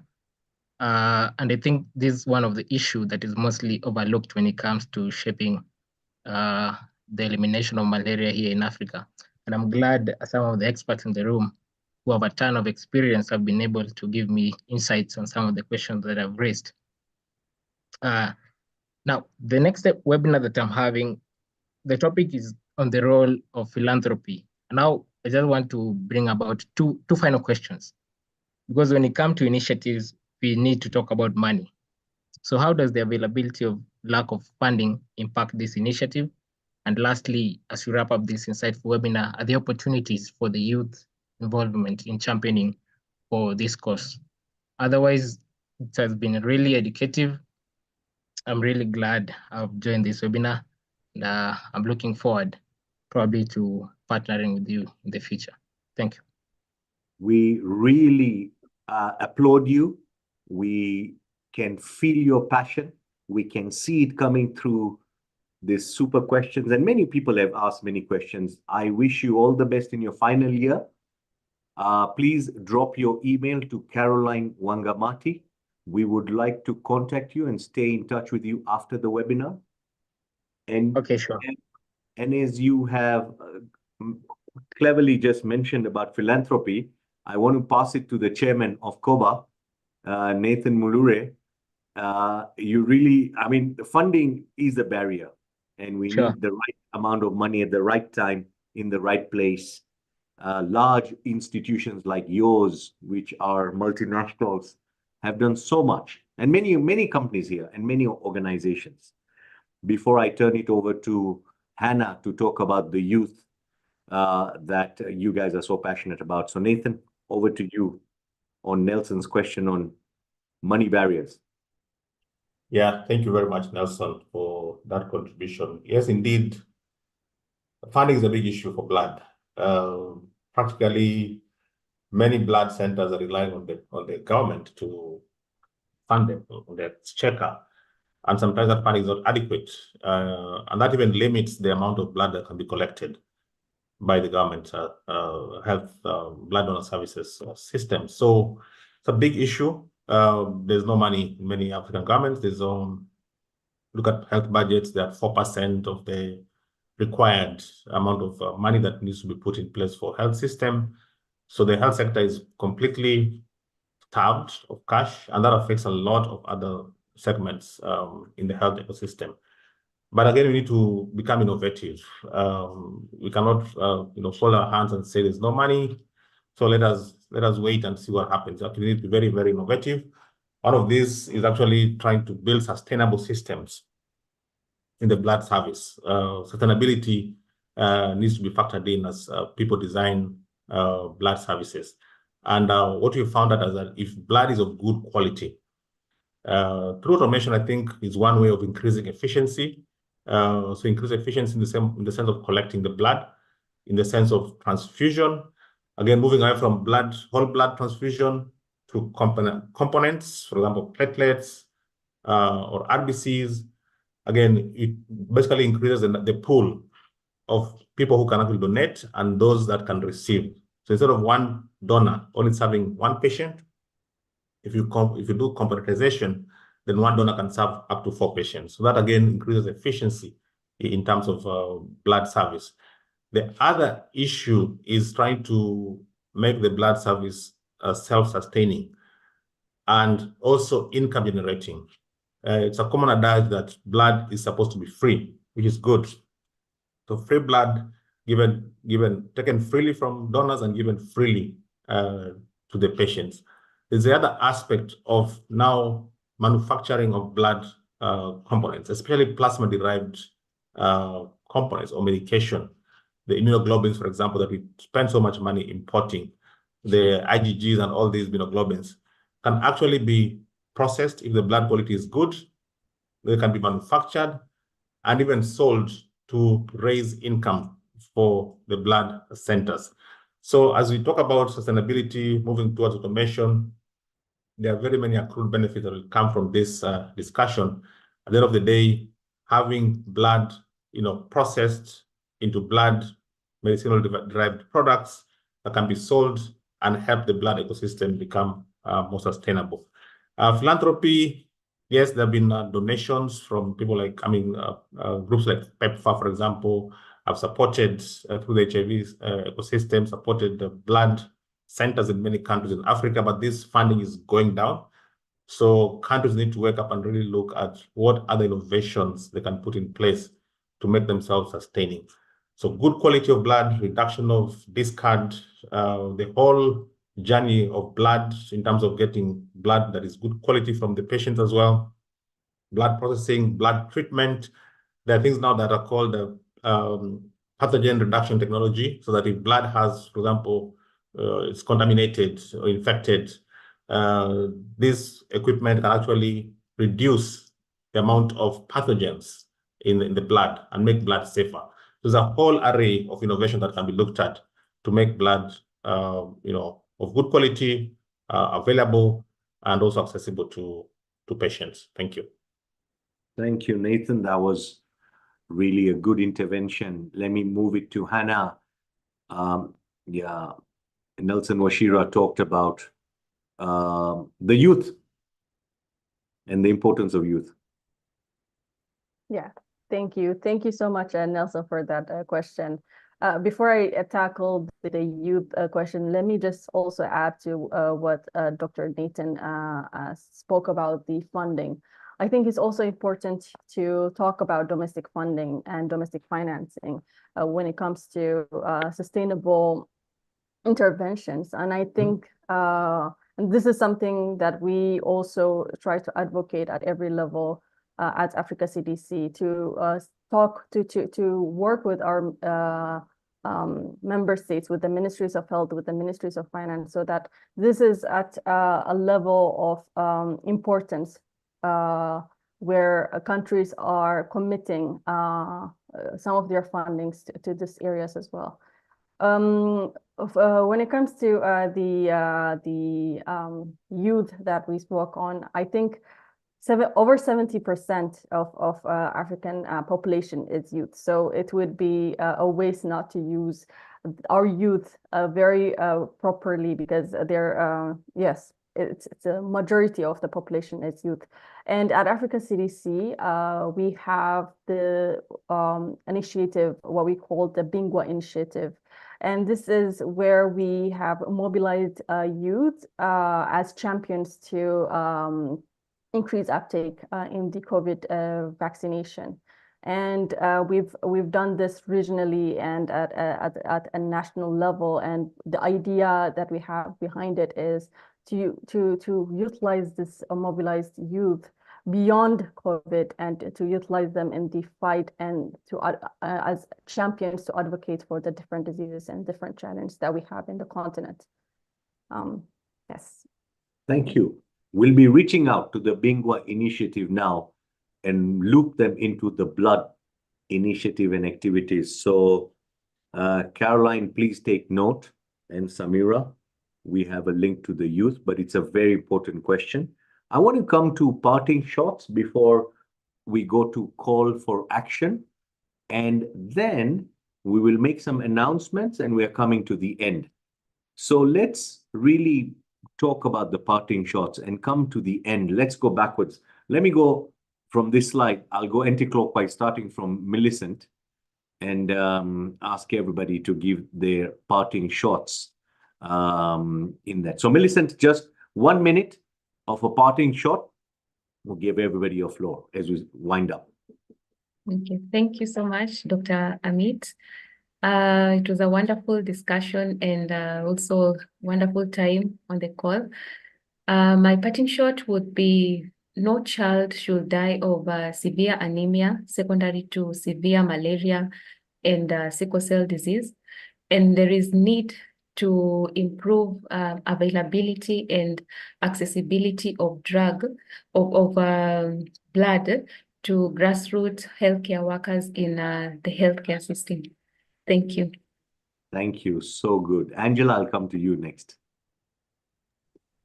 Thank you very much, and thank you for hosting this webinar today. I think it's been very informative. I think even though from a diagnostic perspective, I really feel like everybody, all the panelists and everybody that was on the webinar today, I think something that has been brought to light is education. And I think it is really, really important that that falls on us as private companies, as organizations like COBA, clinicians. We need to start educating the public, and as it's been said, at the grassroots levels as well. to be able to get that education out there as far as blood supply is concerned, get the education out there for malaria, specifically with it being Malaria Day tomorrow. So that's sort of my parting shot. Obviously, diagnostics for me is very important and it should be leading the way. But I think it's a responsibility for all of us to take on that action to educate and to be part of the education circle. Great, thanks. Why don't I go to Harry Mapesi next?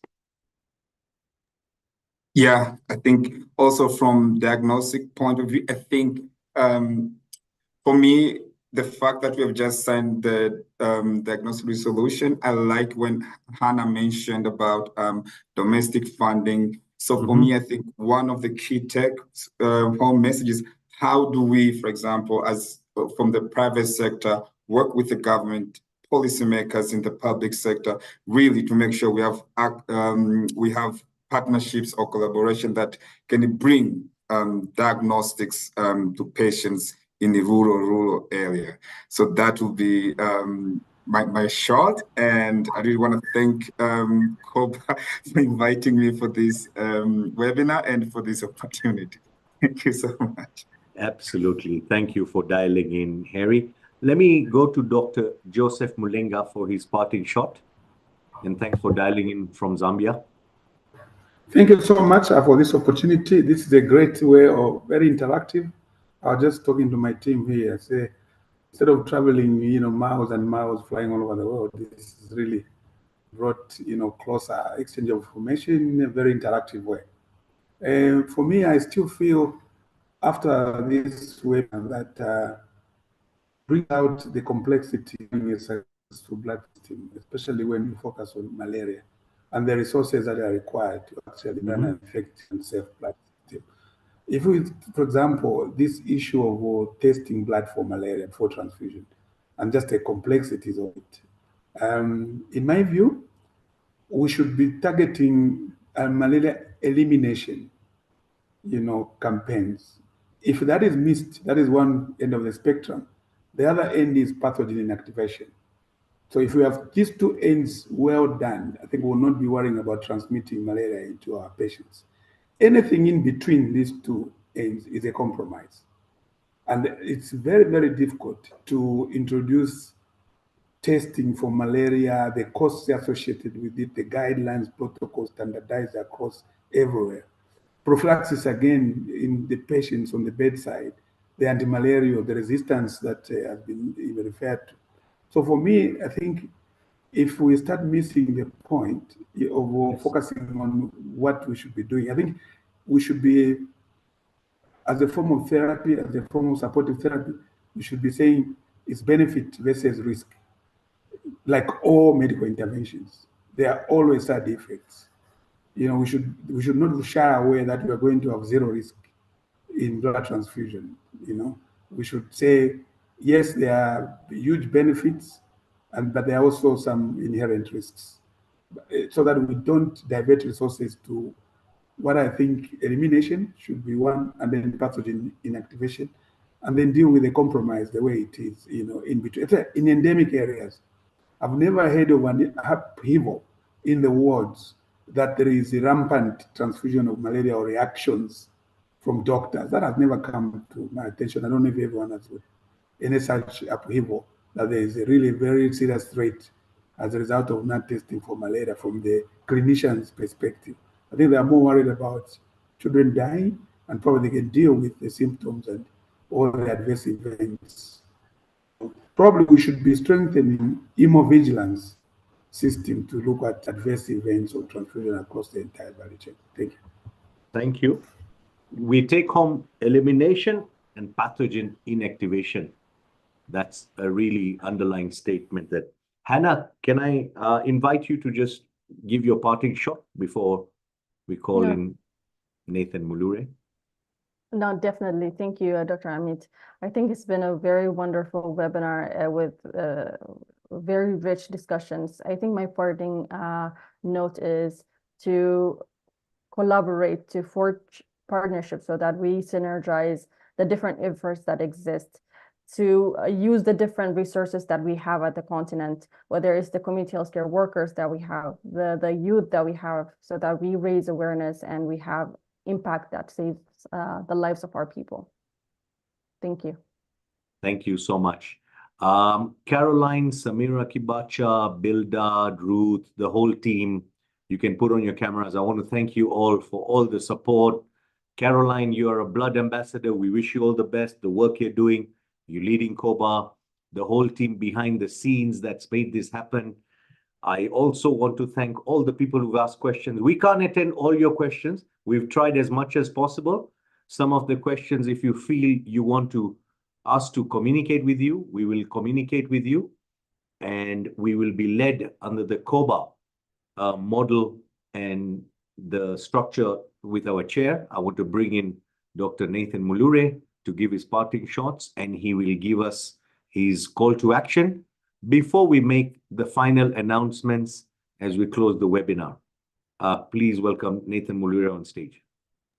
Thank you very much, Dr. Amit and team, for this very, very good discussion on blood and malaria. I think it was long overdue, and really happy that I was able to participate in the discourse. My parting shot basically will be in various points or segments. And I think what we need to do is to continue to agitate and make noise.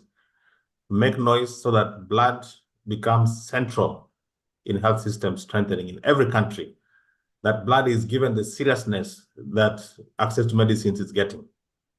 Access to anti-cancer drugs, access to anti-malarials, access to cardiovascular medicines, that same light, that same torch that is shining on those other disease areas must also shine on blood.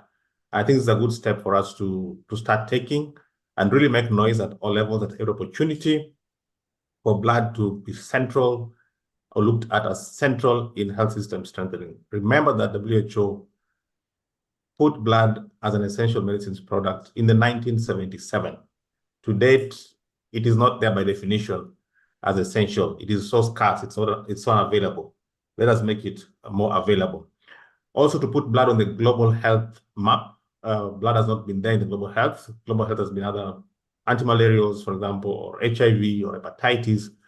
Blood needs to be also on the global health agenda. Number 3 is to increase sustainability, increasing blood supply, increase innovation to ensure that blood is adequate, it's donated in a good manner, in a safe manner, is properly treated, properly stored, componentized, and properly transfused. And then funding also for blood, again, innovation in funding. We can link blood and climate change very, very easily. There's climate change funding all over. If we can be innovative and do proposals that actually help to address that climate change agenda from the point of view of blood, we can get more funding for this to happen. So my call is to increase innovation in terms of blood donation, blood transfusion, blood testing, and even funding for blood to be able to be available and adequate in our healthcare system. So parting shot will be to increase advocacy. That is the work of COBA. Make noise, as much noise as you can make at all levels, and let blood be seen to be everywhere and centrally in the healthcare ecosystem. So thank you all for coming for this very, very insightful seminar and webinar, and looking forward to many such. And thank you, CDC, for your great collaboration. You're going to be our pillar as we permit these organizations and discuss with them. Thank you. Back to you, Amit. Thank you, Nathan, and definitely the pillar. And we've got a very nice technical expert in the pillar at Africa CDC. So Hannah, we're going to be contacting you. And my call to partners who are attending and panelists who are here and every stakeholder, join COBA. Later on, the last minute, I'll ask Caroline to just have a goodbye for us from COBA. But let me make 2 announcements. Next slide. I just want to make 2 announcements, and then I'll call in Caroline to really say you can become a member of COBA. You can also become a strategic partner of COBA. We have a website. We have an event coming up in May 23rd, and we're going to talk about the new dawn of partnership for women's health. It's in Accra, Ghana, and I know Agnes is from the Ghana Health Services, and I'm really glad that you could join us, Agnes, from Ghana. Agnes Ompofo Agay. So we talked about maternal health. Save the date. That's one. And the second announcement. Next slide. Is about the CPHIA that we spoke about earlier.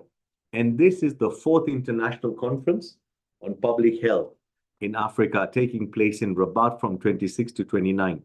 And in this, we'll probably have the Africa Blood Forum. That was it from my side as closing remarks. Caroline Wangamati, I'd like to bring you on stage here, as you can say bye before you go to the music. You just Thank you so much, Dr. Amit, for wonderful moderation. I want to thank our wonderful panelists. The Coalition of Blood for Africa invites all of you to join us. I know quite a number of you, the panelists, your organizations are already members. Some of you are already in conversations. For the blood services that were here, Dr. Mulenga, we're looking to partner with yourselves. For all the other entities, private sector, government, we're looking to partner with you. But more important, we're looking for that stewardship from Africa CDC. And Hannah, we want you to convey our thank you to Dr. Mohammed, because you're already in discussions. We've already put our concept paper on your desk, and we will be discussing further to see what difference we can bring to the blood landscape in Africa in collaboration, and having you as our leader championing the way forward to make sure that we save lives. So to reach out to us, our email is right there on the screen. Samira is my colleague, eskibacha@africahb.com. We are nice people. Call us. We'll be happy to talk to you, give you more information, and let's work together to make sure that we don't lose any life to the lack of blood. My gratitude to our moderator, you've been super. Thank you, sir, our chair. We truly appreciate you. bye, everybody. Thank you for your time. Bye. Thank you very much. Thank Bye. you. Goodbye. Thank you. Goodbye.